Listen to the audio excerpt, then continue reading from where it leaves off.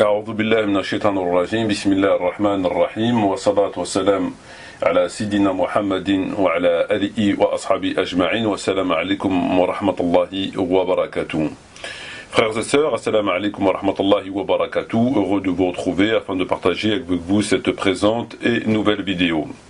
Cette présente et nouvelle vidéo va évoquer une fois de plus la question de Tariq Ramadan et ses différentes hérésies. Comme nous l'avons fait dans nos précédentes vidéos, nous avons évoqué un certain nombre de sujets lesquels ont été débattus par le professeur Tariq Ramadan à travers entre autres ses ouvrages, et nous avons constaté à quel point le docteur savant, théologien, philosophe, érudit, spécialiste de l'islam, théologien Tariq Ramadan se mettait de façon tout à fait délibérée en contradiction avec les textes. On avait pu se rendre compte à quel point Tariq Ramadan contredisait les textes et a été à l'opposé de la vérité. Et ceci bien évidemment de façon tout à fait délibérée, de façon tout à fait réfléchie, afin que ça puisse lui permettre d'accéder à un certain nombre d'intérêts strictement personnels, dont entre autres la notoriété et un peu d'argent.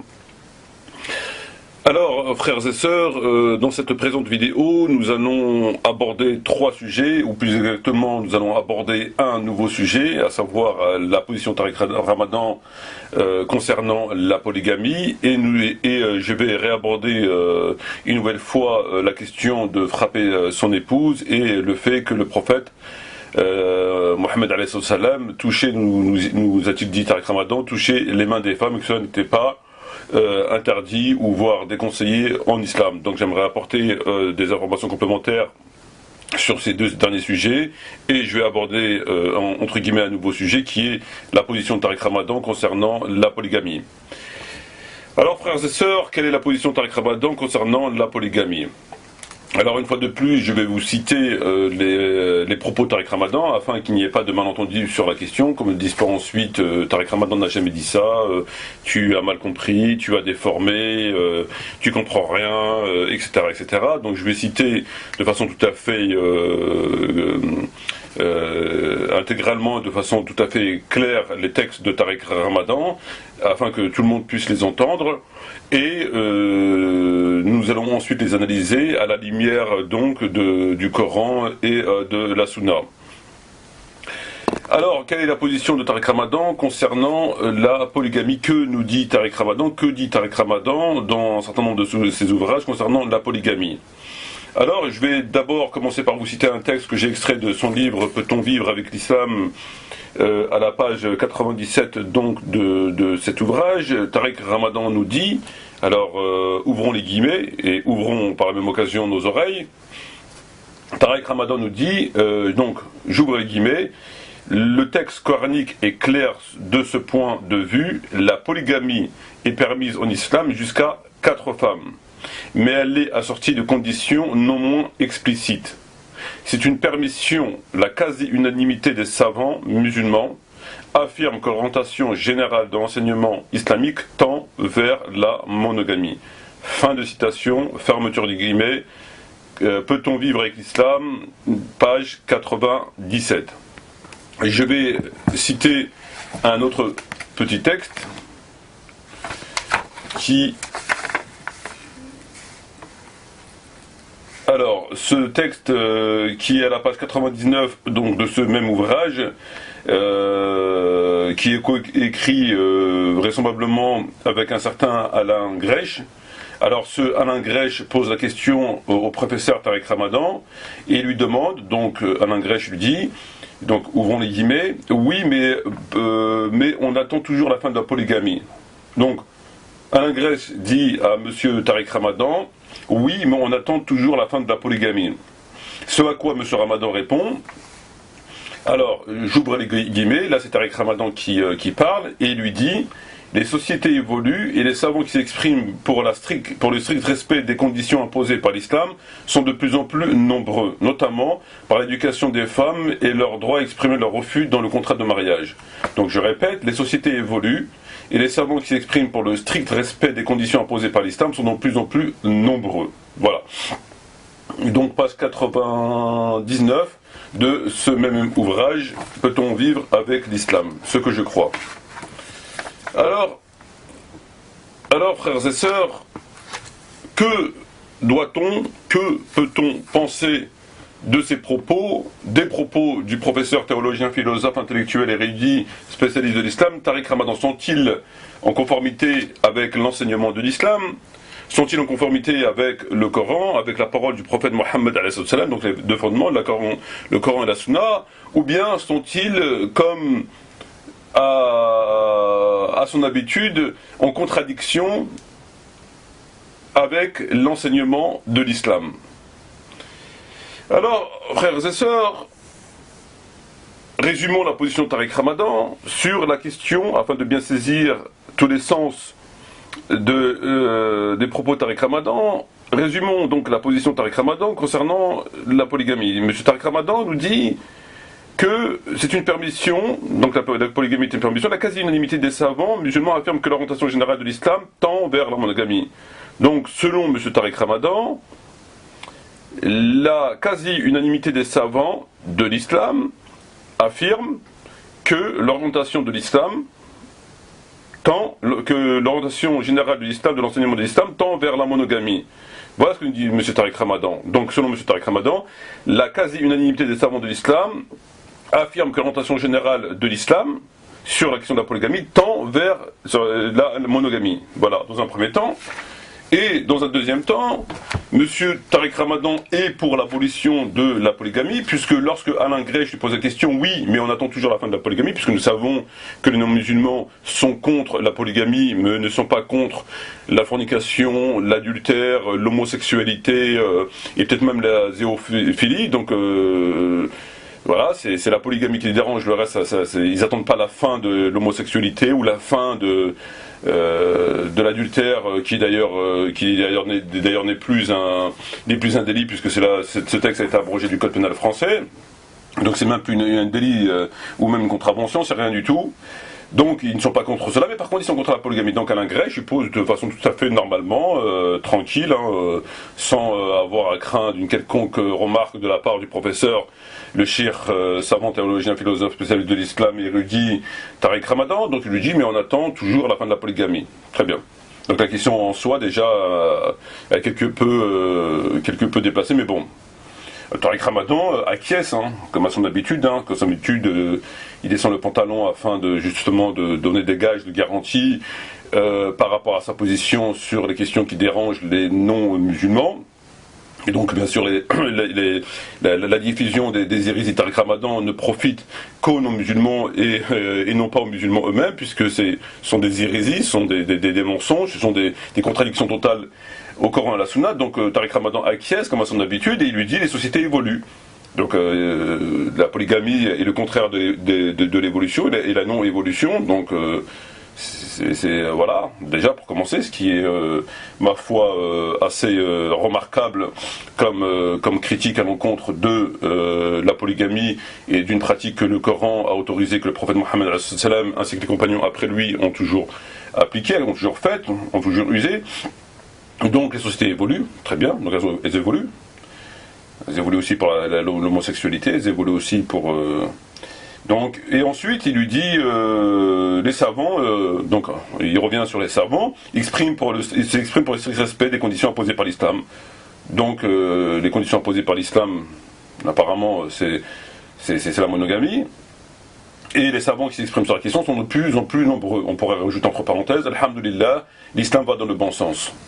Voilà, selon Tariq Ramadan. Donc, voilà les citations de Tariq Ramadan, du professeur, théologien, philosophe, érudit, docteur, etc., spécialiste de l'islam, Tariq Ramadan, sur la question de la polygamie. Donc pour résumer, la position de Tariq Ramadan, ce dernier affirme de façon tout à fait clairement et sans absolument aucune gêne que, premièrement, les sociétés évoluent, donc la polygamie est le contraire de l'évolution et la non-évolution, et qui de surcroît, la quasi-unanimité s'exprime sur le strict respect imposé par l'islam, et que la quasi-unanimité des savants affirme que l'enseignement de l'islam tend vers la monogamie. Très bien, fin de citation. Donc on a compris la position de Tariq Ramadan.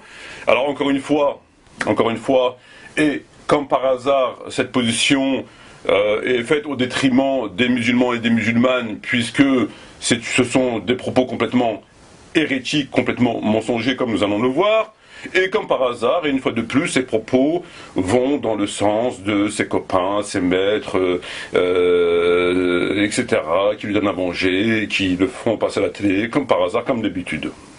Alors c'est bien sûr une pure coïncidence. Parce que bien évidemment, si Tariq Ramadan aurait dit, écoutez, monsieur Grech, avant de parler de la fin de la polygamie, il faudrait dans un premier temps évoquer la question de l'immoralité dans les sociétés occidentales, donc je fais allusion à l'homosexualité, etc. Non, il acquiesce immédiatement et il est pour l'abolition d'une pratique qui n'a jamais été abolie, qui n'a jamais été abrogée, ni par le Coran. Ce n'est pas certes une obligation, en tout cas c'est une permission, et que le prophète a pratiqué, et que tous les compagnons, pour ainsi dire, ont pratiqué après la mort du prophète Mohammed alayhi salam. Donc M. Tariq Ramadan nous vient avec son petit cartable et son petit air de miné pépère, tranquille, en nous disant ce dernier veut l'abrogation de la polygamie. Hein. Il faut que les sociétés évoluent, les sociétés d'ailleurs évoluent, et il veut abroger la polygamie. Voilà, normal, tranquille, sans craindre le reproche de qui que ce soit, sachant pertinemment que la grande majorité des musulmans, peut-être 95%, voire même plus, dans un premier temps ne lisent pas ses ouvrages, se contentent de l'écouter dans ses conférences, dans lesquels il ne dit strictement rien, puisqu'en général il ne va pas dans le fond du sujet, mais il survole les sujets, donc les gens ne savent pas quelle est la position de Tariq Ramadan sur les différents sujets que j'ai évoqués, et que de surcroît, les musulmans ne lisent pas. Donc ils ne risquent pas de savoir ce que dit Tariq Ramadan. Alors on se contente de l'analyser sur son éloquence, sur sa façon de parler, etc., et sur un discours de pure forme, discours théâtral. À partir de là, à partir de ce discours théâtral, on estimera qu'on a affaire à quelqu'un de très éduqué, quelqu'un qui sait parler, etc., et qui défend l'islam. Voilà. Bon, les musulmans sont dupes, malheureusement, ça fait partie de l'époque dans laquelle on vit, et cela est fait à leur détriment, puisqu'ils sont incapables de savoir qui est qui, et ils défendent pas leur religion, ils laissent les gens piétiner comme ça. Le Coran et la Sunna sans absolument aucune réaction. Par contre, ils sont outrés lorsque tel non-musulman vient dire tel et tel propos déplacé sur l'islam. Là, par contre, ça les met en colère. Enfin bref.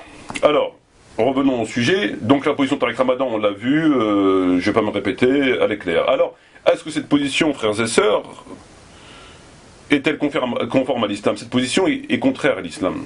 Elle est contraire à l'islam. Bon, premièrement, la polygamie, on ne peut pas vouloir, tout bon musulman qui se respecte, ayant un minimum de foi, ne peut pas parler dans le sens de l'abolition, de l'abrogation de la polygamie, pour la simple et bonne raison que le Coran l'a légiféré, que le prophète a été plus que polygame, et que la quasi-unanimité des musulmans, des compagnons, ont été polygames, premièrement. Donc il n'appartient à aucun homme aujourd'hui, et cela n'a aucun rapport avec une quelconque évolution, comme le dit le professeur Tariq Ramadan. Personne ne peut venir pour l'abrogation de la polygamie, ou parler en ce sens. Parler en ce sens, c'est tout simplement de l'hérésie. Premier point. Deuxième des points, lorsque Tariq Ramadan nous dit que la quasi-unanimité des savants affirme que l'orientation de l'islam est la monogamie, c'est faux. Alors, on a pu voir à travers les différentes audios que j'ai faites que Tariq Ramadan se sert tout souvent de savants, donc il invente, c'est peut-être des savants qu'il a dans les toilettes de chez lui, ou des savants qu'il va rencontrer à la préfecture de police de Paris, ou qu'il va rencontrer dans les loges de franc-maçonnerie, ou peut-être même à Tel Aviv. Il a un certain nombre de savants, donc c'est toujours des savants, donc on ne sait pas lesquels, qui affirment que l'enseignement de l'islam est la monogamie, qui affirment que l'homosexualité il faut la tolérer, qu'il faut combattre les discours homophobes, etc., qui affirment que tel verset ne veut pas dire ça. C'est toujours des savants, on ne sait pas qui sont-ils. En tout cas, les livres, l'intégralité des livres, que ce soit les hadiths, que ce soit les tariqs, que ce soit les tafsirs, etc., ne disent jamais ce que dit Tariq Ramadan, n'ont jamais dit ce que dit Tariq Ramadan. Donc ces savants n'ont jamais dit ça. Donc lorsqu'il dit que des savants affirment ça, il ment, il n'existe pas de savants qui affirment ça, mis à part, comme je l'ai dit, ou bien des savants qu'il a dans les toilettes de chez lui, ou dans les loges franc-maçonniques, ou à Tel Aviv, ou à la préfecture de police de Paris, ou bien tout simplement que ces savants sont Dalil Boubaker, Malik Shebel, etc. mais il n'y a pas de savant qui s'exprime en ce sens, c'est tout à fait clair. Premier point. Donc, l'abrogation de la polygamie, c'est une hérésie. Affirmer que des savants affirment que l'orientation de l'islam et la monogamie, il n'y a pas de savant, mis à part toi, professeur, et tes semblables. Et enfin, pour terminer, lorsque on veut comprendre un sujet, lorsqu'on essaie de saisir un sujet, il faut chercher la matière. La matière, c'est quoi? La matière, c'est le Coran et la Sunna. Donc, voir ce que Allah a dit sur le sujet, et puis à défaut, se retourner vers la Sunna pour savoir ce que le prophète aurait dit sur le sujet, ou à défaut encore sur la position des compagnons sur ce même sujet. Alors, c'est très simple. C'est très très simple. Je vais vous citer un texte qui est extrait d'un livre et qui est un livre qui ne peut être suspecté d'être sectaire. Il s'agit du Sahih de l'imam al-Bukhari, dans lequel Ibn Abbas radiallahu anhu s'exprime sur la question de la polygamie. Alors que nous dit notre cher et bien-aimé Ibn Abbas radiallahu anhu? Ce dernier, donc, ce texte est extrait, voilà les références, Sahih de Bukhari, tome 3, page 546. Ce dernier, Ibn Abbas, était en discussion avec un autre compagnon qui s'appelle Sa'id ibn Jawbair, à qui Ibn Abbas demandait s'il était marié. Ce dernier répondit non. Alors Ibn Abbas lui rétorqua: marie-toi, reprit Ibn Abbas, car le meilleur de notre nation est celui qui a eu le plus de femmes. Voilà, donc texte extrait du Sahih de l'imam al-Bukhari, tome 3, page 546. Donc, à la lecture de ce petit texte, Ibn Abbas discute donc avec un autre compagnon, en l'occurrence Sa'id ibn Jawbair, et Ibn Abbas lui pose la question: est-ce que tu es marié? Est-ce que tu es marié? Ce dernier répond: je ne le suis pas. Ibn Abbas lui dit: marie-toi, car le meilleur de notre nation est celui qui a eu le plus de femmes. Voilà. Donc, lorsqu'on lit ce texte, il est extrait donc de Sahih al-Bukhari et des propos attribués à Ibn Abbas, on se rend compte de quoi? On se rend compte que c'est pas du tout ce que dit l'imam Bukhari, ce que rapporte l'imam Bukhari, et ce que dit Ibn Abbas. Et c'est non seulement pas du tout la même chose, mais c'est à l'opposé, puisque ce dernier dit que le meilleur d'entre nous, c'est celui qui a eu le plus de femmes, alors que Tariq Ramadan parle de l'abrogation de la polygamie, dit que c'est une non-évolution, et qu'il faut justement militer pour l'extinction de la polygamie, pour l'abrogation de la polygamie, etc. Et que les savants disent que l'orientation des généraux de l'islam était la monogamie. Donc, ça contredit radicalement les propos de ce savant théologien, érudit, philosophe, spécialiste de l'islam, le docteur Tariq Ramadan. C'est une contradiction radicale, dans un premier temps. Dans un deuxième temps, et pour finir sur cette même question, lorsque Tariq Ramadan nous dit que l'enseignement général de l'islam tend vers la monogamie, cela veut dire quoi, frères et sœurs? Cela veut dire tout simplement que si l'enseignement de l'islam tend vers la monogamie, cela veut dire très clairement que le prophète Mohammed est en contradiction avec l'enseignement de l'islam, puisque ce dernier tendrait vers la monogamie, alors que le prophète Mohammed était non seulement polygame, mais avait plus que de 4 épouses. Donc le prophète qui avait plus de 4 épouses est en contradiction avec l'enseignement de l'islam, qui selon monsieur Tariq Ramadan tend vers la monogamie. Et que l'intégralité des savants étaient eux aussi en contradiction avec l'enseignement de l'islam, puisque eux aussi, pour leur très grande majorité, étaient tous polygames, donc étaient en contradiction avec l'enseignement de l'islam, qui selon toujours le professeur Tariq Ramadan tend vers la monogamie. Donc en réalité, frères et sœurs, nous sommes non pas dans le cadre d'une discussion raisonnable, sérieuse concernant l'islam et le débat théologique, nous sommes tout simplement dans l'hérésie, dans le mensonge, dans la manipulation, dans la stupidité. Il ne s'agit même plus d'apporter une argumentation sérieuse aux propos de Tariq Ramadan, aux informations de Tariq Ramadan. Il s'agit de les qualifier de stupides, de mensongères, d'hérétiques. On peut même pas en débattre tant à l'opposé de la vérité de l'islam. Voilà. Donc, pour finir, nous avons écouté la position de Tariq Ramadan, nous avons vu que cela est complètement faux, notamment par la référence du texte que je vous donnais attribué à Ibn Abbas, et par le fait que l'enseignement de l'islam ne tendait pas en aucun cas vers la monogamie. Donc voilà, encore une fois, nous sommes face à un mensonge que Tariq Ramadan n'hésite pas à propager à travers ses ouvrages, et cela pour plaire à ses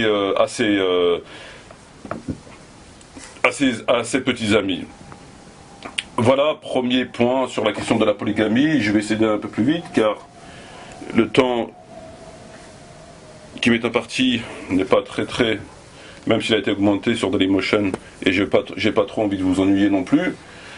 Donc nous allons, frères et sœurs, aborder les deux derniers points, et comme je l'avais dit au début de cette vidéo, il s'agit de faire un bref rappel sur deux sujets que j'avais évoqués dans la précédente vidéo, concernant le fait de frapper, l'autorisation qui est faite aux musulmans, le cas échéant en dernier recours de frapper son épouse, et le fait que le prophète Mohammed selon Tariq Ramadan, touchait les mains des femmes, et que le fait de toucher les mains des femmes n'est pas haram. Il n'est pas interdit, il n'est pas déconseillé, car selon Tariq Ramadan, le prophète touchait les mains des femmes. Alors j'avais évoqué cette question dans mes vidéos précédentes, et j'aimerais revenir faire un petit complément d'information sur ces deux sujets. Alors, nous allons à présent évoquer la question de frapper son épouse. Donc, qu'avait dit M. Tariq Ramadan sur le fait de frapper son épouse? J'aimerais faire un bref rappel en citant textuellement les propos de Tariq Ramadan, encore une fois. M. Tariq Ramadan nous dit, donc, à son livre Mon intime conviction, page 66 de son livre, qu'à la lumière de cette interprétation, considérant l'exemple du prophète qui n'a jamais frappé une femme, j'affirme que la violence conjugale est contraire aux enseignements de l'islam et que l'on doit condamner ces agissements. Voilà. Et voilà, donc selon Tariq Ramadan, comme on a pu le voir, comme on a pu l'entendre, que l'enseignement de l'islam, que le fait de frapper son épouse était contraire à l'islam, et que on devait condamner ces agissements, que cela était contraire aux enseignements de l'islam. Voilà. Alors, c'est l'argumentation que Tariq Ramadan nous avait apportée sur la question était très pauvre en argumentation, et c'est le moins que l'on puisse dire, puisqu'il nous avait dit que le prophète n'avait jamais tapé une de ses épouses, et que le verset en question de la sourate 4, verset 34, ne voulait pas dire frapper. Donc il ne s'agissait pas de frapper, que les savants musulmans, c'était uniquement les littéralistes qui disaient qu'il s'agissait de frapper. Alors bien sûr, nous sommes face à une volonté de dénaturer les textes et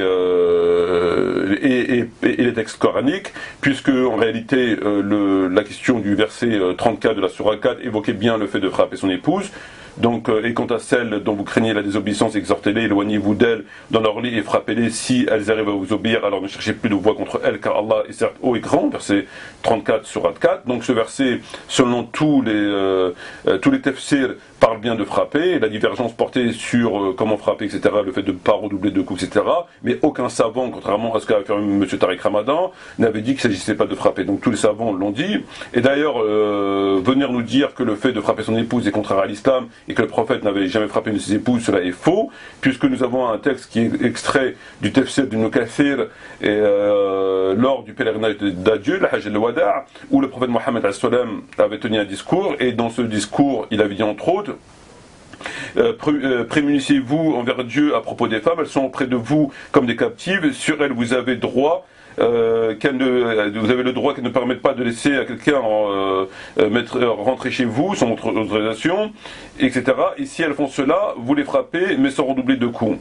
Voilà, donc c'est un discours du prophète qui est extrait du tafsir de Nukathir, et des argumentations en ce sens vont tous dans le même sens, vont tous dans la même direction, il n'y a pas de contradiction, cependant, comme je l'ai dit, divergent sur entre guillemets la procédure. Donc le prophète lui-même n'a jamais dit que c'était pas, il le dit très clairement: si elles font cela, vous les frappez, mais sans redoubler de coups. Donc le prophète lui-même, de la bouche même du prophète, il n'a jamais dit, il n'a jamais contredit les versets. Donc venir nous dire que le prophète n'avait jamais frappé son épouse, c'est fait parce que Aïcha, c'est faux, parce que Aïcha elle-même l'a dit dans le Sahih de Muslim, où elle dit: il m'a violemment tapé sur la poitrine à me faire souffrir. Sahih de Muslim, page 410, et que le prophète lui-même, dans ce discours que je viens de vous citer, n'a jamais dit de ne pas frapper, il a dit ce que vous avez entendu. Donc, venir ensuite nous dire que des savants disent qu'il ne s'agit pas de frapper, ça n'existe pas. Il n'y a pas de savants qui disent ça, et que nous avons des références très claires sur la question qui affirment toutes le contraire. Cependant, ça je l'avais évoqué précédemment. Moi, ce qui m'intéresse à présent, c'est de vous citer un texte qui est extrait du Musnad al-Bazar. Donc Musnad al-Bazar, pour celles et ceux qui ne le savent pas, c'est un livre similaire au Musnad de Ahmed ibn Hanbal, Bukhari Muslim, avec donc c'est un livre de compilation c'est un rapporteur de hadith, donc ce qu'on appelle un livre de source.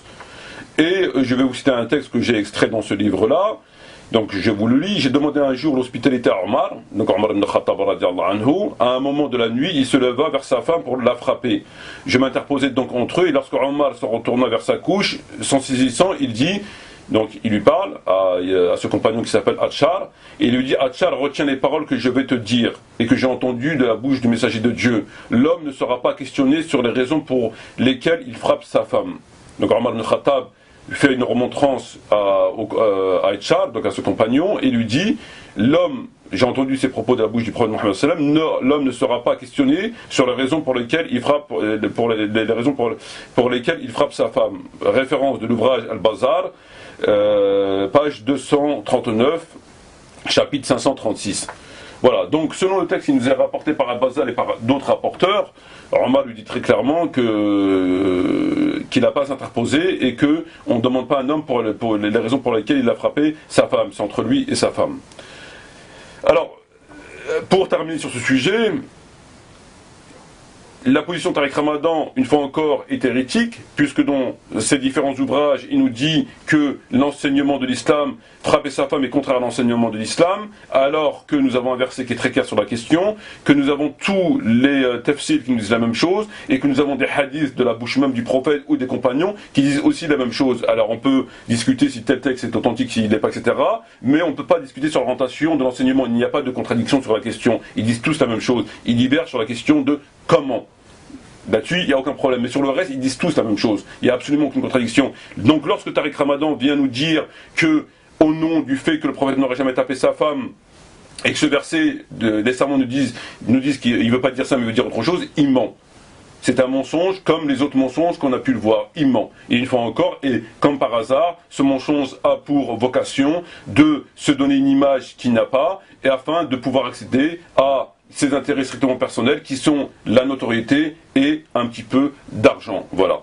Donc là-dessus c'est très clair, il n'y a pas de contradiction sur la question. Ni le Coran, ni la Sunna, ni les compagnons du prophète n'ont jamais dit le contraire. Vous ne trouverez jamais un verset, vous ne trouverez jamais un hadith, vous ne trouverez jamais un tafsir qui vous dit que ce verset veut dire autre chose, etc. Ça n'existe pas. Ça n'existe tout simplement pas. Et c'est un mensonge de la part de Tariq Ramadan. Deuxième point, et enfin, et pour terminer, nous allons aborder le troisième et dernier point sur la question de l'affirmation selon laquelle Tariq Ramadan a dit que le prophète Mohammed touchait les mains des femmes. Alors, je relis le texte afin encore une fois qu'on ne me dise pas tu as déformé, tu as inventé, il n'a pas dit ça, tu as coupé le texte et tu l'as amputé et patati et patata. Donc je relis les textes afin que tout le monde puisse l'entendre et puisse se saisir du sens direct de ces textes, que tout le monde soit bien d'accord.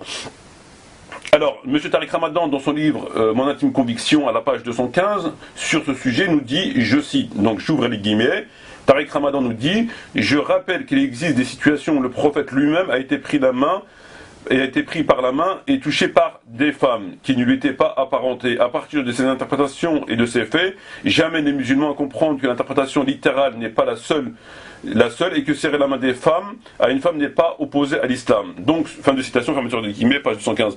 Donc, selon M. Tariq Ramadan, ce dernier nous dit quoi? Il nous dit tout simplement que le prophète Mohammed serrait les mains des femmes, donc je le recite.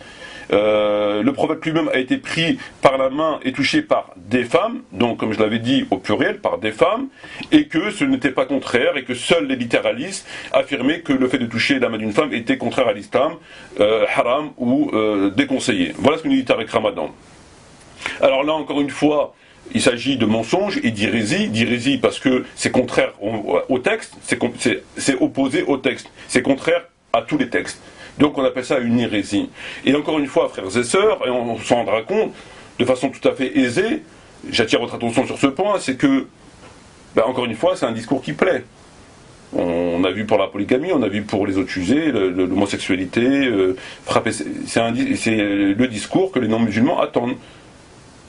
Voilà, c'est un discours qui est rédigé uniquement pour s'attirer l'amitié et la sympathie des non-musulmans, afin que ces derniers lui octroient plateau de télévision, radio, sous-sous, etc. Ce qu'il est aujourd'hui. C'est ce qu'il est aujourd'hui. Puisque, en disant le contraire, il n'aurait jamais accédé à cette notoriété-là. Donc, encore une fois, ce qu'il est aujourd'hui. Ce texte que je viens de vous lire, et c'est le dernier, sur le sujet, est contraire aux vérités islamiques. C'est contraire, complètement contraire. Dire que le prophète touchait les mains des femmes, et qu'il avait touché les mains de plusieurs femmes, c'est un mensonge et une calomnie. C'est un mensonge et une calomnie. Le prophète n'a jamais touché les mains des femmes. Il n'y a aucun texte qui affirme que le prophète touchait les mains des femmes. Non seulement il n'y a aucun texte qui l'affirme, mis à part c'était une esclave, me semble-t-il. Donc non seulement il n'y a aucun texte qui dise ce que dit ce charlatan, mais en plus les textes disent le contraire. Et ils disent très clairement le contraire. Donc c'est une hérésie. Quels sont ces textes qui disent le contraire? C'est très simple, je vais vous les lire. Je vais vous citer deux textes qui sont extraits du Musnad de Ahmed ibn Hanbal. Alors, nous avons un hadith 6998, page 701, qui nous dit, je cite, Ata ben Ziyad nous a rapporté que le prophète Mohammed ne touchait pas la main aux femmes le jour de l'Bay'a, la cérémonie d'allégeance. Donc selon Ata ibn Ziyad, le prophète Mohammed même le jour du serment d'allégeance, donc il fait probablement allusion notamment à l'allégeance lors de la prise de la Mecque, mais en règle générale, puisque quand on fait allégeance, on touche la main de la personne à qui on fait allégeance. Donc selon ce compagnon, il nous dit que, je recite, le prophète, prière et paix sur lui, ne touchait pas la main aux femmes le jour de l'allégeance, la cérémonie d'allégeance. Donc il ne touchait pas la main aux femmes. Donc il trouvait un autre moyen, comme je l'ai dit l'autre fois, mettre que les femmes mettaient leurs mains dans un verre d'eau, etc. Il ne touchait pas les mains des femmes. Premier texte. Deuxième texte, à la page 180, paragraphe 405, le texte nous dit ce qui suit. Ali ibn Abdullah Aziz nous a rapporté et a dit, Asim ibn Ali nous a rapporté et a dit, Mohammed ibn Rabi' al-Kilabi nous a rapporté, il dit, Mustaqim ibn Abdullah ibn Malik nous a rapporté, d'après Sharh ibn Washab, d'après un tel, il a dit, le messager de Dieu, Mohammed a dit, le messager de Dieu ne serrait pas la main aux femmes. Donc je redis, d'après Asma ibn Zayyad, il a dit, le prophète Mohammed ne serrait pas la main aux femmes, fin de citation. Texte rapporté dans le Musnad de Ahmed ibn Hanbal, page 180, paragraphe 405. Donc nous avons deux textes tout à fait clairs, qui nous apprennent que le prophète même, pour le serment d'allégeance, ne touchait pas les mains des femmes, d'après donc le premier texte rapporté par Ziyad. Donc même lors de la cérémonie du serment d'allégeance, il ne touchait pas les femmes. Nous avons un deuxième texte qui est rapporté toujours dans le Musnad, mais vous pouvez le retrouver dans différents livres de la Sunna, dans lequel, à la lecture de ce texte, on nous dit que le messager de Dieu ne serrait pas la main aux femmes. Fin de citation. C'est très clair. Alors lorsque Tariq Ramadan nous dit, je rappelle qu'il existe des situations où le prophète lui-même a été pris par la main et touché par des femmes qui ne l'étaient pas apparentées, il ment. Il ment, il n'y en a pas. Il n'y a pas de texte. Et les textes nous disent exactement le contraire, comme je viens de les citer. Ils nous disent exactement le contraire. Donc, et après, bon, il nous dit qu'il s'agit de littéralistes, encore la même musique, on la connaît par cœur. Hein. Donc, frères et sœurs, et pour terminer cette vidéo, excusez-moi de la précipitation de mes propos, mais le temps qui m'est imparti est relativement court. J'ai évoqué trois sujets avec vous. J'ai évoqué la position de Tariq Ramadan sur la question de la polygamie, et à l'écoute de mon intervention, vous avez pu constater que Tariq Ramadan mentait et n'hésitait pas à propager l'hérésie. Mentait par le fait qu'il disait que l'enseignement de l'islam tendait vers la monogamie et que la quasi-unanimité des savants affirmait que l'enseignement de l'islam tendait vers la monogamie, ce qui est faux. Les savants ne disent pas ça. Que M. Tariq Ramadan milite, entre guillemets, milite pour l'abrogation de la polygamie, puisque lorsque Alain Grèche lui pose la question, on attend toujours la fin de la polygamie, ce dernier lui répond, les sociétés évoluent, etc., etc. Donc il acquiesce, il est d'accord. Et cela est particulièrement grave, puisque nous sommes face à quelqu'un qui ment, et à quelqu'un qui n'hésite pas à propager l'hérésie. Puisque nous savons que la polygamie est une permission qui n'a pas été abrogée ni par le Coran, ni par le prophète lui-même, et moins encore par des compagnons, et que venir aujourd'hui nous dire que il faut abroger la polygamie et que l'enseignement de l'islam tend vers la monogamie, ça peut que ça se passe de commentaires.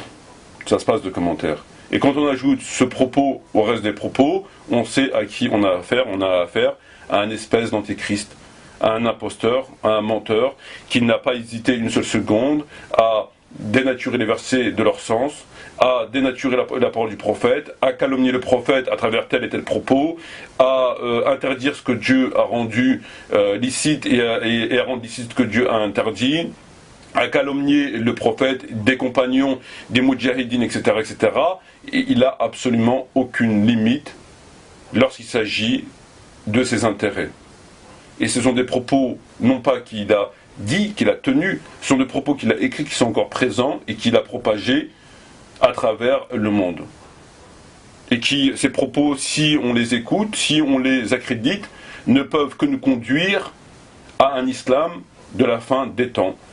Puisque, fin de la polygamie, autorisation de l'homosexualité, le hijab c'est pas une obligation, etc. On fera un résumé sur la question ultérieurement, Inch'Allah. Voilà. Donc sur la polygamie, voilà la position de Tariq Ramadan. Sur le fait de frapper son épouse, nous avons pu constater que ce verset était parfaitement clair et que c'était encore une fois un mensonge. C'est incontestable.